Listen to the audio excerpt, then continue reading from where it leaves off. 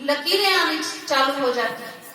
जो बाल काले रहते हैं वे श्वेत पड़ने लग जाते हैं कि बेटी का विवाह है, अच्छा वर मिलेगा तो उसके लिए अच्छा पैसा चाहिए, वर खरीदना पड़ता है। आज की सामाजिक व्यवस्था में वर को खरीदा जाता है। अगर बेटी को दिया जाता है तो बेटी की जिंदगी अगर 50 साल 60 साल 80 साल रहेगी तो उसकी आधी उम्र का खर्च तो माता पिता दहेज में दे देता है।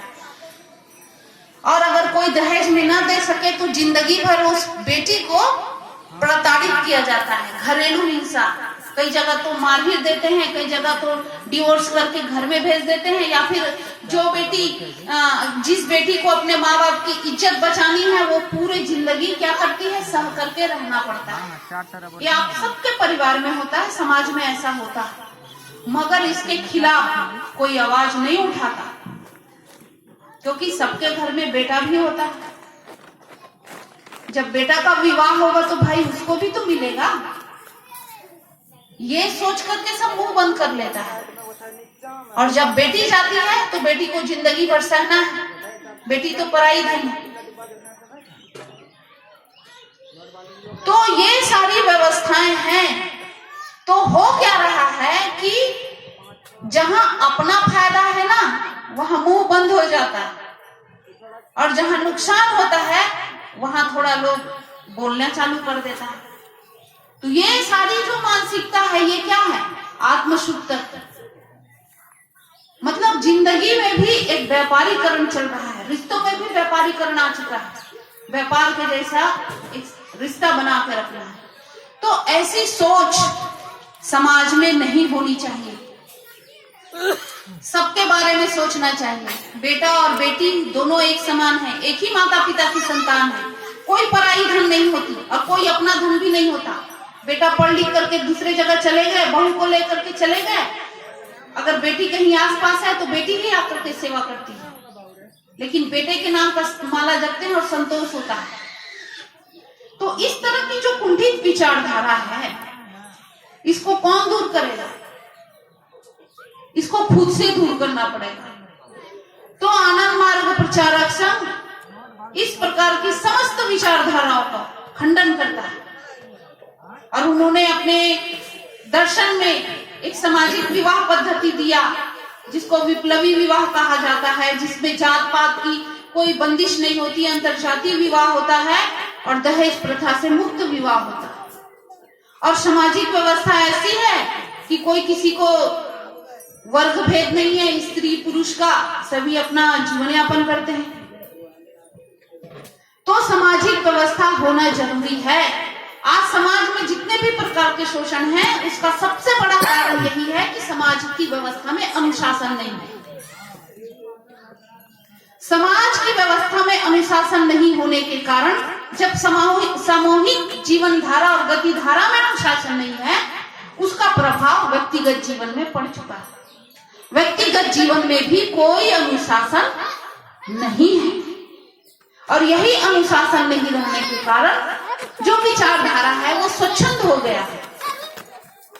जिसको जो इच्छा हो रहा है, जैसा इच्छा हो रहा है वैसे चल रहा है, वैसे जीवन यापन कर रहे हैं और उसी प्रकार से काम कर रहे हैं। तो इससे क्या हो रहा है कि मनुष्य को जाना चाहिए भौतिक से मानसिक, मानसिक से मानसाध्यात्मिक और आध्यात्मिक क्षेत्र में आगे बढ़ना चाहिए। उनका जो जीवन चक्र है वो परमात्मा की ओर होना चाहिए। लेकिन इन सारी सामाजिक अव्यवस्थाओं के कारण और इस अव्यवस्था में प्रचलित कुविचारधारा के कारण मनुष्य आगे की तरफ नहीं जा करके वो वापस पीछे की तरफ, जड़ की तरफ, जड़ चिंतन की तरफ, रात और दिन भौतिक चिंतन करने से क्या हो गया, मनुष्य का मन जड़ होता चला जाएगा।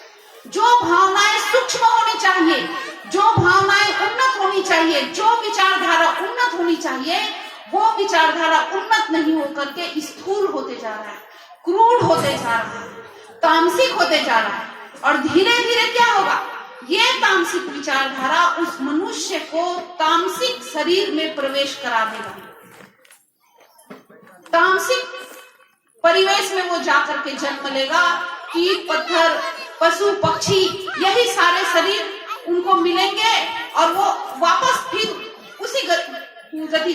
वापस आ जाएगा। तो मनुष्य का जीवन है वो उन्नत रास्ते में आगे बढ़ने का जीवन है। उसको आगे बढ़ना है, समस्त प्रकार की बाधाओं को चीरते हुए आगे बढ़ना है, सारी चुनौतियों को स्वीकार करके, उनका खंडन करके, उनको हरा करके आगे बढ़ना है। लेकिन इसमें सबसे बड़ा चीज क्या होता है, मनुष्य डरता है, समाज का लोग क्या कहेगा। जब भी मनुष्य के मन के अंदर या उनके सामने एक उन्मुक्त विचारधारा आती है तो सबसे पहले मनुष्य के मन में ये भाव आता है, अगर मैं इस विचारधारा के अनुसार चलूंगा तो समाज का लोग क्या कहेगा, मेरे परिवार के लोग क्या कहेंगे, कोई मुझे अपनाएगा नहीं, समाज से निकाल देगा, जाति से अलग कर देगा, मुझको अलग रख देगा। ये भय उनके मन में डरा हुआ है, मतलब ये भय उनके मन में आ जाता है और यही विचार उनको कमजोर बना देते हैं। और ये कमजोर बनाने की जो व्यवस्था है, सामाजिक व्यवस्था, ये उनको कमजोर बनाती है। आज आपके गांव में जिस प्रकार से आप लोगों ने जो हिम्मत दिखाई कि यहाँ पर मृत्यु भोज नहीं होगा, ब्राह्मणवाद की विधि के अनुसार से हम किसी भी प्रकार की दान दक्षिणा नहीं देंगे और इनके विरुद्ध जाकर के भी हम एक नई पद्धति, एक नई विचारधारा का स्वागत करेंगे, तो आप लोगों को भी इस गांव में मुझे लगता है संघर्ष जरूर हुआ होगा। किसी ने जरूर कहा होगा कि ये कौन सा रास्ता पकड़ रहा है। आज तक ऐसा नहीं हुआ कि मृत्यु भोज न हो, जो दिवंगत आत्मा है उसको उसके नाम से भोज नहीं कराएंगे, तो फिर कैसे, ये क्या है, किस प्रकार की विचारधारा है। पशु पक्षी जब शरीर त्याग करते हैं तो उनके शरीरों को तो कोई जलाने भी नहीं जाता है। जो आपके घरेलू पशु पक्षी हैं, जो मवेशी हैं, जो आपके समकक्ष रह रहे हैं, उनकी आप सेवा करते हैं, उनको सम्मान के साथ उनके पार्थिव शरीर को जला देते हैं।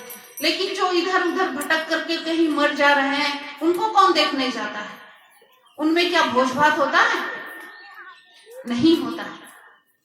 लेकिन मनुष्य का जीवा इतना सुस्वादु हो गया है, जो बुद्धिमान है, जो संवेदनाओं को समझता है, जो भावना प्रधान प्राणी है, वो भावनाओं को नहीं समझता, दुखी व्यक्ति को और दुखी कर देता है। तो ऐसा नहीं होना चाहिए समाज में। जो मनुष्य का शरीर है, जो मिला हुआ है, वो एक उद्देश्य प्राप्ति के लिए है, तो अच्छे कार्य, अच्छी विचारधारा और अच्छी जीवन पद्धति का स्वीकार करना चाहिए। जीवन में बदलाव ही परम सत्य है, जीवन में परिवर्तन ही परम सत्य है। और जो व्यक्ति परिवर्तन को अस्वीकार करता है वो समय के अनुसार टूट जाता है। जब एक छोटा बच्चा जन्म लेता है परिवार में तो धीरे धीरे बड़ा होता है। आप उस बदलाव को स्वीकार करते हैं कि नहीं? या फिर आप ये सोचते हैं कि बच्चा बड़ा ही ना, या फिर आप उनको भोजन नहीं देते हैं, पानी नहीं देते, नहीं तुम इतने ही रहो, तुमको बढ़ने की जरूरत नहीं है, मैं तुम्हारे इस शारीरिक परिवर्तन, मानसिक परिवर्तन को स्वीकार नहीं करता। क्या ये संभव है? नहीं संभव है। उसी तरह समाज में भी परिवर्तन आवश्यक है। समाज जो जीवन धारा प्रारंभ हुआ है, ये भी एक शैशव काल से धीरे धीरे बढ़ते ये भी बढ़ रहा है। तो इसमें जो परिवर्तन आ रहा है, जो परिवर्तन की आवश्यकता आ पड़ी है, जो परिवर्तन की अवस्था आ पड़ी है, उसको स्वीकार करना चाहिए समय के अनुसार। तो ये जो अभी मानसिक परिवर्तन हो रहा है कि मृत्यु भोज नहीं होना चाहिए, राजस्थान सरकार ने, गहलोत सरकार ने पूरे राजस्थान में राज्य स्तरीय प्रतिबंध लगा दिया कि मृत्यु भोज नहीं होगा, और इस विचारधारा को सभी ने स्वीकार किया, पूरे राज्य के लोगों ने स्वीकार किया। तो बिहार कोई पिछड़ा राज्य नहीं है। पिछड़ा वो राज्य होता है जिसकी विचारधारा पिछड़ी होती है। यहाँ तो दर्शन को समझने वाले सभी दार्शनिक लोग हैं, शैव धर्म के अनुयायी, भागवत धर्म के अनुयायी, सनातन धर्म को मानने वाले, इतनी पुरानी जो संस्कृति है, आध्यात्मिक संस्कृति जो भारत में जन्म ली, सनातन धर्म, भागवत धर्म, सत्य चित्त आनंद की व्याख्या जिन्होंने की, तो समझने वाले लोग हैं। तो मैं समझती हूँ कि ये जो उन्नत विचारधारा है, इसको सभी स्वीकार करें, और समय परिवर्तन की मांग कर रहा है, इसको भी स्वीकार करें।